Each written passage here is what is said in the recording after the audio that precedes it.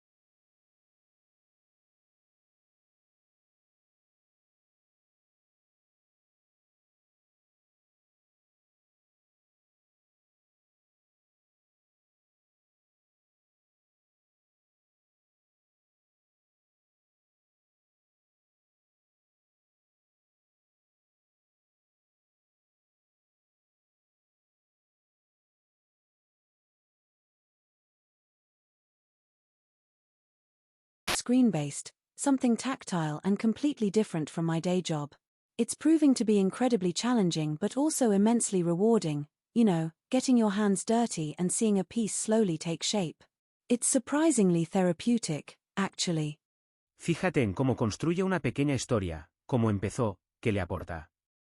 No es solo nombrar un hobby. Describe la zona donde vives. ¿Qué tipo de gente vive allí? Well, I live in a rather charming neighborhood in Kosice, very close to the historic center. It's quite residential, with beautiful, tree-lined streets and a mix of traditional apartments and some newer builds. I mean, it has a really relaxed atmosphere, not too busy, but still plenty of local shops and lovely little plazas where people gather. As for the people, it's predominantly families and older residents who've lived there for generations, There's a strong sense of community. Everyone sort of knows each other. We also have a fair number of students, given the university's proximity, which adds a nice, vibrant energy to the evenings. Estructura clásica C1, descripción del lugar más caracterización de la gente más valoración personal. Lo que evalúan en la parte 1, vocabulario básico C1 y capacidad de elaborar más allá del sí o no. Aquí cambia el formato. Ves una foto y tienes 45 segundos para describirla. Luego te hacen una pregunta relacionada y otra vez 45 segundos. Describe qué está pasando en esta foto. Well, this photo clearly depicts a lively scene in what appears to be a primary school classroom. I mean, the vibrant colors on the walls immediately suggest a stimulating environment designed for young learners. In the foreground, there's a female teacher, probably in her mid-30s or 40s, leaning over a small group of children. They're all gathered around a table, intensely focused on what looks like a collaborative craft project. The children seem to be actively engaged, perhaps cutting, pasting, or assembling various materials. The teacher is observing closely, offering guidance or encouragement, which creates a very supportive and interactive atmosphere. You know, it really captures that moment of hands-on learning where creativity flourishes. There are various craft supplies visible on the table, I suppose, like paper, glue, maybe some colored pens or fabric scraps, although the specifics aren't entirely clear. Fíjate cómo no empieza con in this picture y can see, el cliché que el examinador odia. Empieza describiendo el ambiente. Después pasa a la gente y luego a lo que están haciendo. Estructura limpia. Háblame de una vez que trabajaste en equipo. ¿Cómo manejasteis los desacuerdos? Well, I can immediately think of a time a couple of years ago when my English department had to completely overhaul our curriculum for the next academic year. It was a pretty significant undertaking, involving about 5 teachers, and, we all had very strong, albeit different, pedagogical approaches. The main point of contention arose when we discussed the balance between traditional grammar instruction and more communicative, project-based learning. Some colleagues felt very strongly about a rigorous, explicit grammar syllabus, whereas others, myself included, advocated for a more holistic, student-centered approach that integrated skills more naturally. I mean, the discussions got quite robust at points. To handle the disagreements, we made a conscious effort to ensure everyone's perspective was heard and respected. We started by outlining our non-negotiables and, crucially, our shared ultimate goal, student success and engagement. We then brainstormed ways to synthesize these seemingly divergent opinions. Ultimately, we decided on a blended model, incorporating dedicated grammar clinics but also mandating a certain number of project-based units per term. This compromise fostered a really constructive dialogue and, I suppose, ultimately led to a much richer and more balanced curriculum than any one of us could have designed alone. Anécdota real, con arco, situación, desacuerdo, cómo se resolvió, qué aprendió. No es necesario que sea verdad, sí que sea creíble y bien construida. Lo que evalúan en la parte 2, descripción precisa y capacidad de narrar experiencia personal con coherencia. Ahora 2 fotos. Las comparas. Luego 2 preguntas más abstractas. Compara y contrasta estas 2 fotos. Well, both images clearly depict educational settings, but the methodologies and environments couldn't be more different. Photo A shows a very traditional classroom, a teacher at a chalkboard, students seated in neat rows, diligently taking notes. It really highlights a teacher-centric, direct instruction approach, where information is primarily disseminated from the front. In stark contrast, Photo B presents a much more modern, perhaps even futuristic, learning space. Students are working individually, engrossed in their laptops or tablets, many wearing headphones. This suggests a highly personalized, technology-driven learning experience, where the student's role is much more active and independent. The teacher, if present, is likely acting as a facilitator rather than a primary source of information. I mean, the emphasis shifts from collective, synchronous learning to individualized, potentially self-paced study. That being said, both aim to foster knowledge, just through vastly different pedagogical paradigms. Estructura, similitudes, diferencias, valoración. Conectores tipo, however, on the other hand, why. ¿Cómo crees que la tecnología está cambiando la educación en tu país? Well, I think technology has undoubtedly brought about a significant paradigm shift in education here in Spain. I mean, classrooms that used to feature traditional blackboards now almost universally boast interactive digital whiteboards, which truly transforms the pedagogical approach and student engagement. Post-COVID, the reliance on online platforms like Moodle or Google Classroom has become pretty much indispensable for sharing resources, submitting assignments, and even facilitating remote lessons when necessary. It's certainly fostered a much more dynamic and accessible learning environment, making education less confined to physical spaces. However, on the other hand, it's not without its drawbacks. There's a growing concern about excessive screen time for younger students, and the digital divide is still a real issue, with some families lacking adequate internet access or devices, which unfortunately exacerbates educational inequality. So, it's a double-edged sword, I suppose, but the shift is undeniably profound. Aquí hay que tomar postura, dar ejemplos concretos, mencionar tanto lo positivo como lo problemático. Vocabulario abstracto y razonamiento balanceado, marca C1. Lo que evalúan en la parte 3, comparación estructurada y razonamiento abstracto sobre temas amplios. La parte 4 es la que más pesa. Tienes 1 minuto para pensar y 2 minutos para hablar respondiendo a 3 preguntas seguidas sobre un mismo tema. Aquí se separa el B2 del C1. Algunas personas dicen que el éxito profesional importa más que la felicidad personal. ¿Qué opinas? Well, that's a really interesting point, and I'd strongly argue that personal happiness undoubtedly matters more than career success. I mean, while career success often brings with it financial stability, recognition, and a certain societal standing, these are ultimately means to an end. True personal happiness, on the other hand, is an end in itself. It encompasses a sense of contentment, well-being, and fulfillment that transcends mere professional achievements.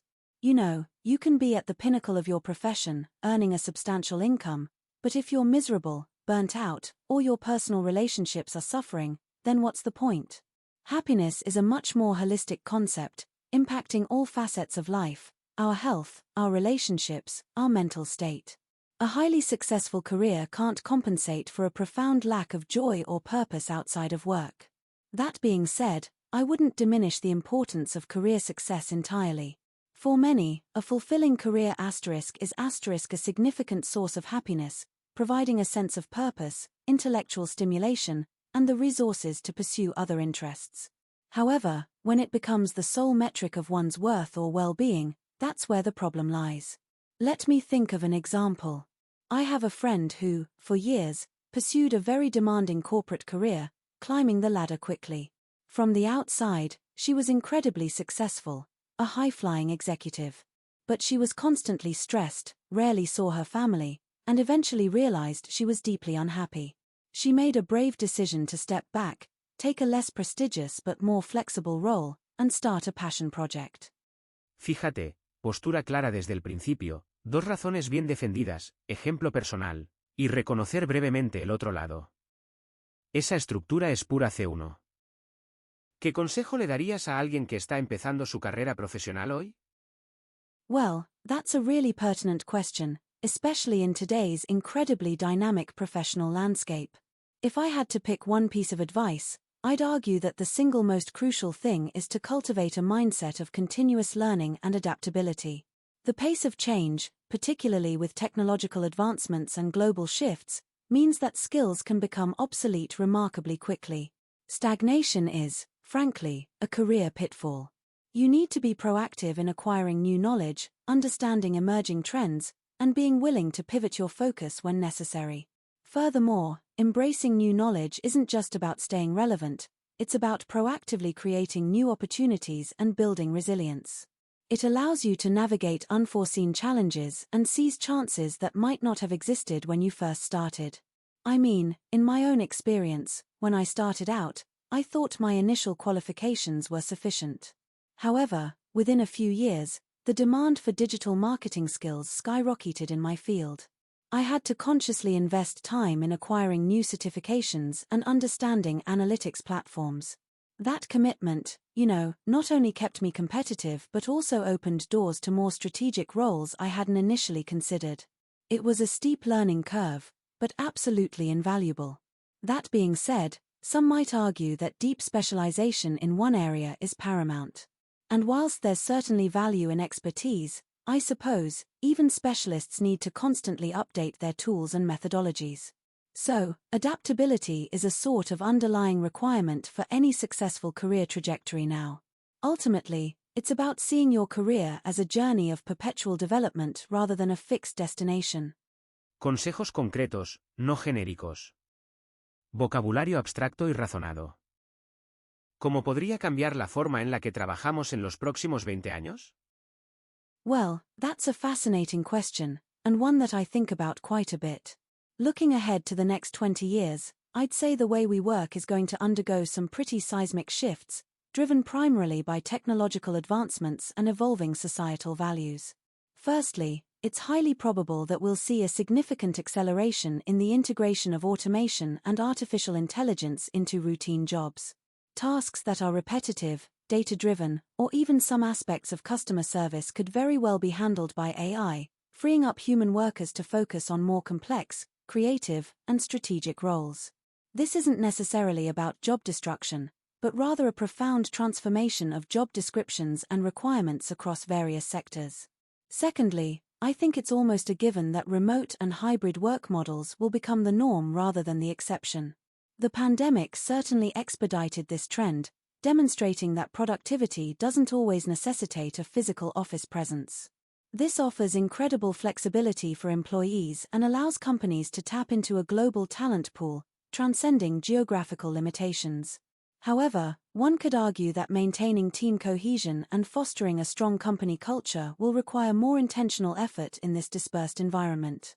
Consequently, the skills that will become most valuable are those that AI struggles to replicate.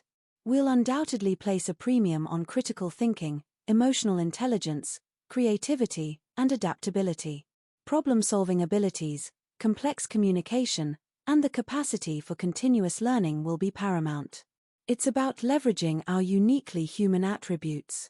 Let me think about teaching, specifically. As an aspiring educator, I could imagine AI becoming an invaluable assistant, perhaps handling administrative tasks like grading multiple-choice quizzes, providing personalized learning paths for students based on their progress, or even generating preliminary lesson plans. However, the core human element of teaching, inspiring curiosity, fostering critical debate, providing emotional support, and facilitating genuine human connection, will remain absolutely irreplaceable. Teachers will become more like facilitators of learning and mentors, rather than just disseminators of information. Overall, I'd venture to say that the future of work will be more dynamic, more flexible, and hopefully, more focused on leveraging human potential in meaningful ways. While undoubtedly challenging, these changes also present exciting opportunities for innovation and personal growth, provided we adapt and embrace lifelong learning. Pregunta especulativa, usa mid, call, ide argue, arguably. El hedging es parte de la C1. Lo que evalúan en la parte 4, razonamiento sostenido durante 2 minutos, estructura argumentativa, y lenguaje hipotético. Y eso es el examen Aptis Advanced Speaking completo. Si estás preparándote para esta prueba, quizá para una oposición, para un máster, para tu nivel C1, te recomiendo 2 cosas. Primera, vuelve a este vídeo todas las veces que quieras hasta que el formato te suene a casa. Si conoces el formato, ya tienes media batalla ganada. Segunda, y esto es lo que de verdad marca la diferencia, practica tú. Ver respuestas modelo está bien. Hablar tú, equivocarte, recibir corrección, eso es lo que te sube el nivel. Para eso he creado un bot gratuito en Telegram. Te hace preguntas Aptis Advanced, escucha lo que respondes, y te da feedback C1 al instante. Sin curso, sin email, sin trampa. El enlace está en la descripción del vídeo y aquí en pantalla. Se llama Aptis English-bot, lo encuentras también buscando en Telegram. Si te ha servido este vídeo, dale a like y suscríbete, me ayudas a seguir publicando contenido como este. Todo gratis. Y déjame en los comentarios qué parte te ha resultado más difícil, así sé que profundizar en los próximos vídeos. Mucha suerte con tu examen.